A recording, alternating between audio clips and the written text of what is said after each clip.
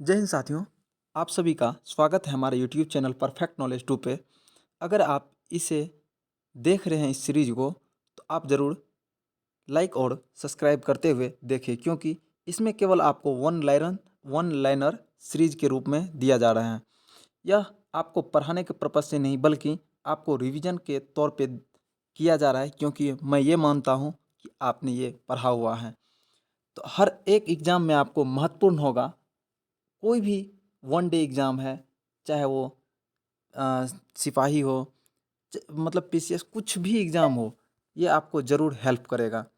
कभी कभी छोटे छोटे क्वेश्चन भी बड़े बड़े एग्ज़ाम में आ जाते हैं और आप कन्फ्यूजन में गलत कर देते हैं। तो गलत को सही करने के लिए इस सीरीज़ का मुख्य उद्देश्य है।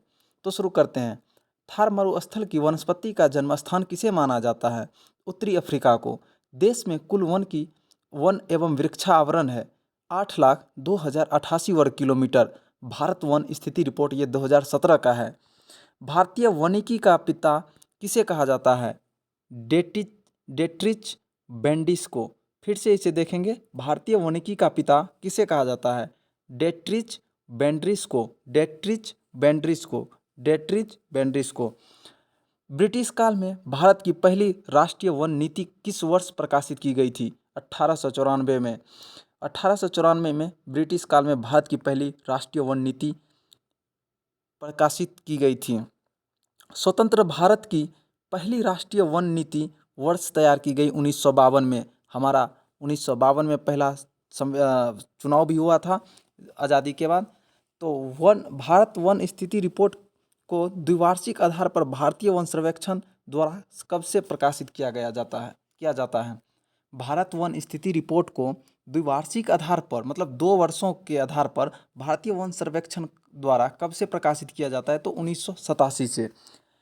भारत के भौगोलिक क्षेत्रफल में वन एवं वृक्षावरण का हिस्सा है 24.39%। भारत के भौगोलिक क्षेत्र में वन एवं वृक्षावरण का हिस्सा कितना परसेंट है? 24.39%। भारत के भौगोलिक क्षेत्रफल में वनों का हिस्सा है।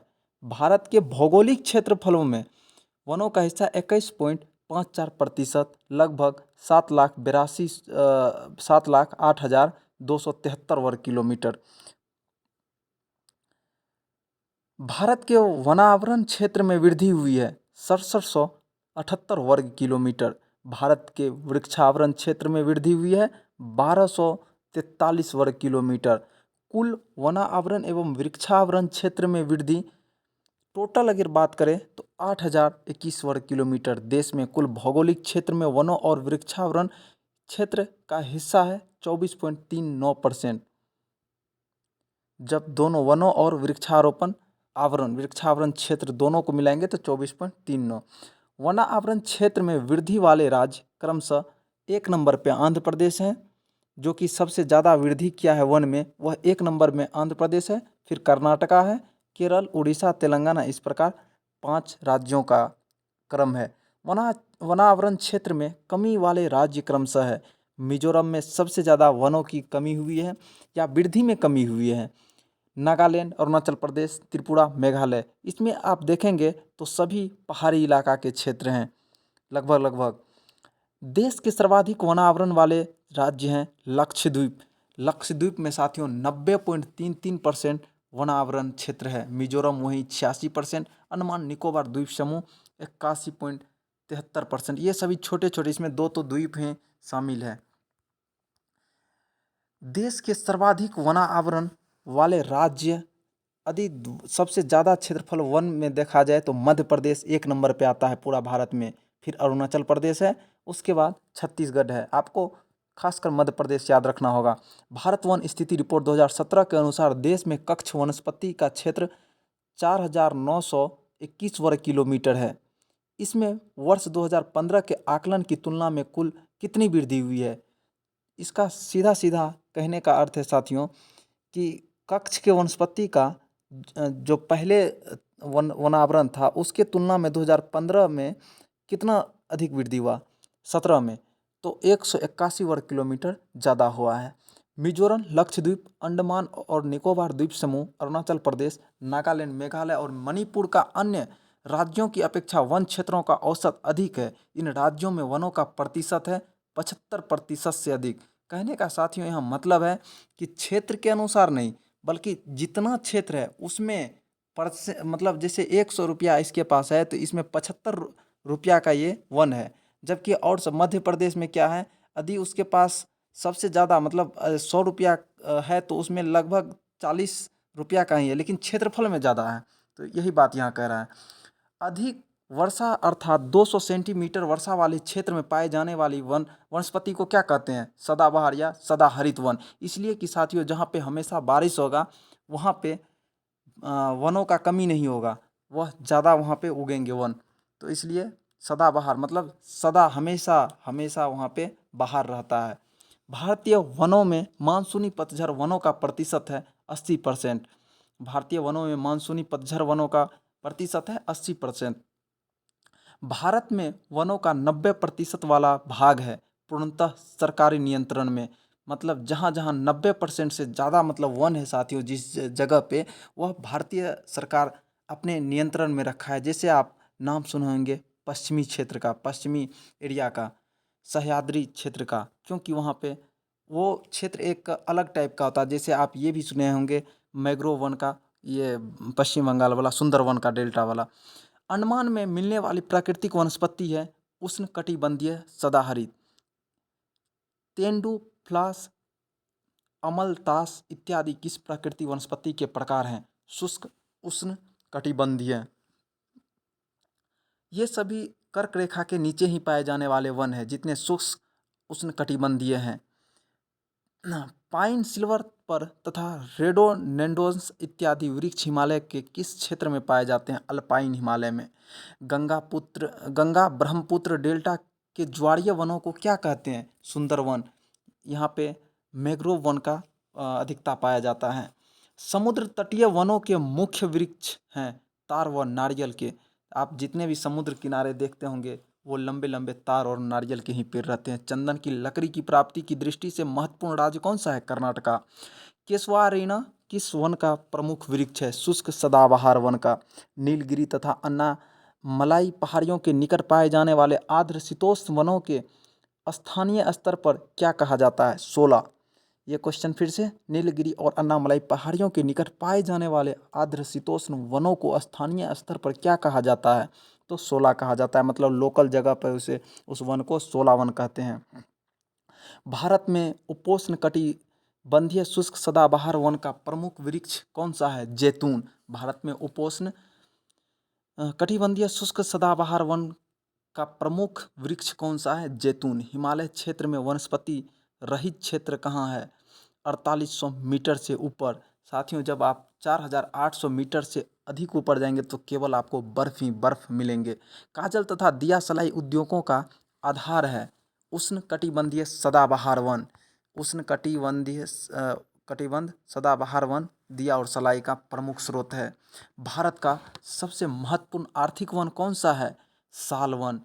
पश्चिमी मरुस्थल तथा दक्षिणी हरियाणा में मिलने वाले वृक्ष कौन से हैं?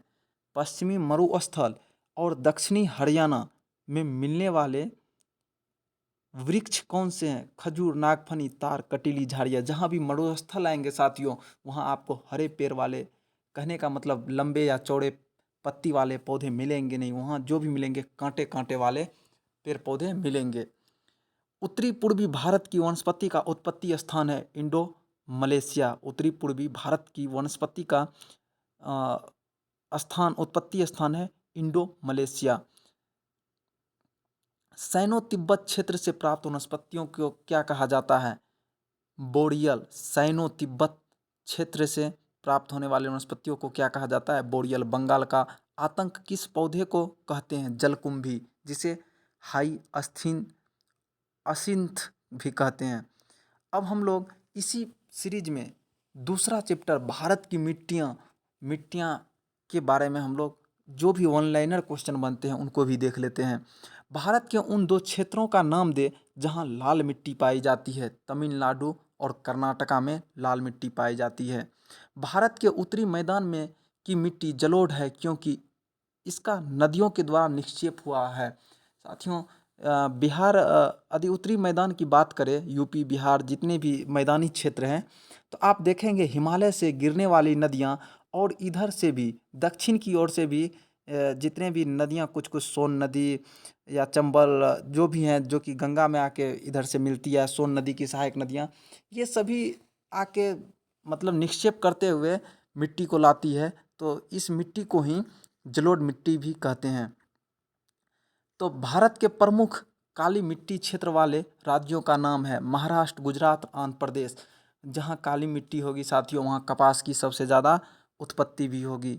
फेरोमैग्नीशियम के ऑक्सीकरण से किस मिट्टी की उत्पत्ति होती है? फेरोमैग्नीशियम के ऑक्सीकरण से किस मिट्टी की उत्पत्ति होती है? तो लाल मिट्टी की। लाल मिट्टी आप पढ़ लिए हैं, कर्नाटका और तमिलनाडु में पाई जाती हैं। कपास मुख्य रूप से किस मिट्टी का पौधा है? तो काली मिट्टी का। वनों की मिट्टी की मुख्य विशेषता है।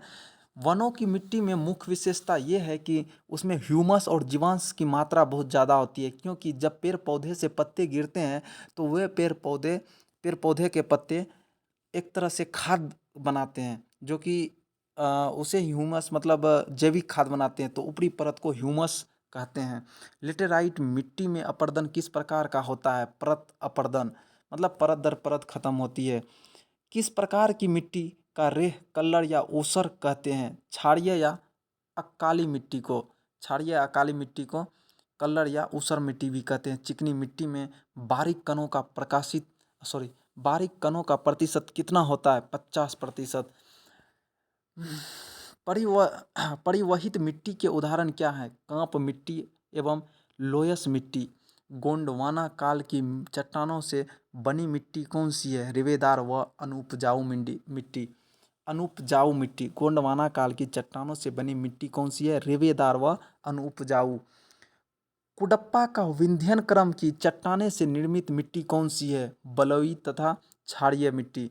कुडप्पा का विंध्यन क्रम की चट्टानों से निर्मित मिट्टी कौन सी है? बलुई तथा क्षारीय मिट्टी। डेल्टा प्रदेश की मिट्टी होती है लवण युक्त, क्योंकि नदियां जब पानी ला के गिराती है तो सीधा जानिए साथियों, डेल्टा प्रदेश की मिट्टी लवण युक्त होती है। भारत में कैल्शियम तथा मैग्नीशियम कार्बोनेट की अधिकता वाली मिट्टी प्रायद्वीपीय भारत की काली मिट्टी है। लेटेराइट लाल मिट्टी में किस तत्व की कमी होती है? तो इसमें सिलिका की कमी होती है। कांगड़ा, देहरादून, दार्जिलिंग की मिट्टी को क्या कहा जाता है? चाय मिट्टी। यहाँ पे सबसे ज़्यादा चाय की ही खेती होती है। मरुस्थलीय मिट्टी में अधिक मात्रा में क्या प्राप्त होता है? खनिज नमक। मरुस्थलीय मिट्टी में अधिक मात्रा में क्या प्राप्त होता है? खनिज नमक। पर्वतीय क्षेत्र में मिट्टी के अपरदन को रोका जा सकता है झूम कृषि या समोच्च कृषि द्वारा। पर्वतीय क्षेत्र की मिट्टी के अपरदन को रोका जा सकता है झूम कृषि।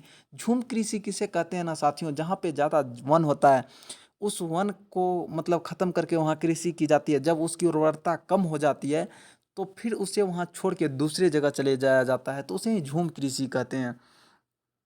किस प्रकार की कृषि मिट्टी अपरदन को रोकने में सहायक होती है? मिश्रित कृषि। मिश्रित कृषि से मिट्टी अपरदन को रोका जाता है। वन क्षेत्र की मिट्टी का विस्तार भारत के किन राज्यों में है? पंजाब, हिमाचल प्रदेश, जम्मू कश्मीर, कर्नाटका, तमिलनाडु, मणिपुर। वन क्षेत्र के मिट्टी का विस्तार भारत के किन राज्यों में है? तो जहाँ पे ज़्यादा वन है तो पंजाब, हिमाचल प्रदेश, जम्मू कश्मीर, कर्नाटक, तमिलनाडु, मणिपुर। दक्षिण भारत की मिट्टी को प्राचीन माना जाता है, जबकि हिमालय क्षेत्र की मिट्टी को क्या माना जाता है? नवीन माना जाता है साथियों। नवीन इसलिए कि हिमालय पर्वत जो है सबसे नया वलित पर्वत है। तो उससे जो आच्छादन मतलब अपरदन होता है, तो जितने भी अपरदन होके मिट्टी आती है तो वो बिल्कुल नई मिट्टी मानी जाती है। जबकि दक्षिण भारत की सबसे पुराना पहाड़ माना जाता है दक्षिण प्रायद्वीपीय को, तो इसलिए वहाँ की मिट्टी पुराना मिट्टी है। अब नालिका अपरदन सर्वाधिक प्रभावित होता है ढालू भूमि पर। मिट्टी अपरदन की समस्या को ध्यान में रखते हुए भारत सरकार 1953 में किस संस्था की स्थापना की? केंद्रीय भूमि रक्षा बोर्ड की। मिट्टी अपरदन की समस्या को ध्यान में रखते हुए वर्ष 1953 में केंद्रीय भूमि रक्षा बोर्ड की स्थापना की। हिमालय क्षेत्र में ग्रेनाइट तथा डायरोराइट से निर्मित मिट्टी को क्या कहते हैं? हिमालय क्षेत्र में ग्रेनाइट और डायरोराइट से निर्मित मिट्टी को क्या कहते हैं? आग्नेय मिट्टी कहते हैं। काली कपासी मिट्टी का एक अन्य नाम है रेगुर मिट्टी। रेगुर मिट्टी को ही काली मिट्टी कहते हैं, जहाँ कपास की खेती सबसे ज़्यादा होता है। नेक्स्ट, ये 15 मिनट का वीडियो हो गया है। हम लोग दूसरे वीडियो में भारत का जल स्रोत के बारे में बात करेंगे। चलिए ठीक है। अच्छा लगा सेशन तो ज़रूर लाइक और सब्सक्राइब कीजिएगा, क्योंकि आपके रिवीजन, हालांकि ये सभी भूगोल का भी जितने भी चैप्टर आए हैं थोड़ा सा कठिन ज़रूर है साथियों। अगर आप यहाँ तक पहुँचे हैं तो ज़रूर लाइक और सब्सक्राइब कीजिए।